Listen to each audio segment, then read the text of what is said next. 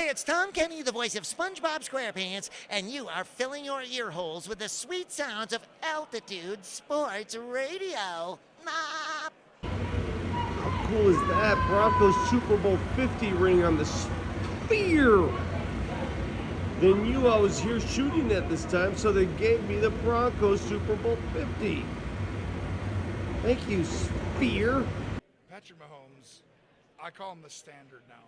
I feel like that's my nickname for him. He's the standard that all other quarterbacks, are going to be evaluated by.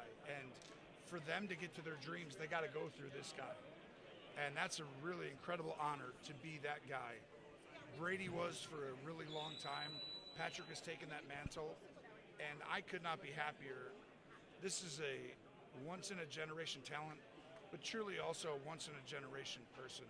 He is such a unique, honest, genuine human being that you can't help but really, love the fact that he's the face of the NFL. Long list, though, and I hate to start rattling off names, but Jim McKay had a profound influence on my career, and I did his eulogy.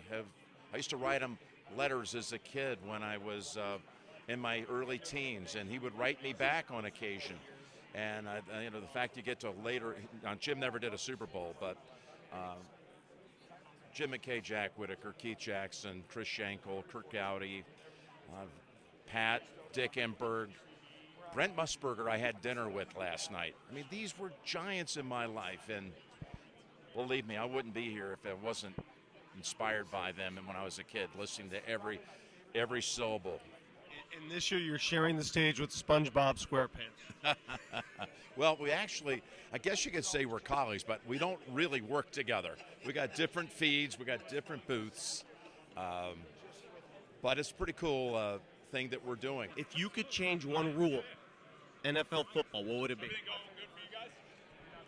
It's a really, really good question because I think there's a couple out there. The pass interference all the way to the spot of the foul seems extremely egregious, but I don't agree to 15 yards because I think at this level, if they're beat, they're just going to tackle someone. We don't want that either.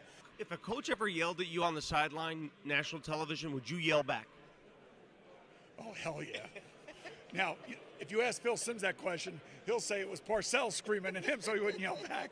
You asked me that question, I'd be screaming back at anybody. I mean, I felt bad for Russell. I mean, it was a bad look. How did you get this job? Man, I just bumbled into it.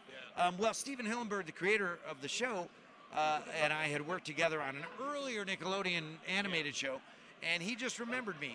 He just remembered me well, and said, you're SpongeBob. Yeah, I was a voice actor on it. Okay. He was an artist.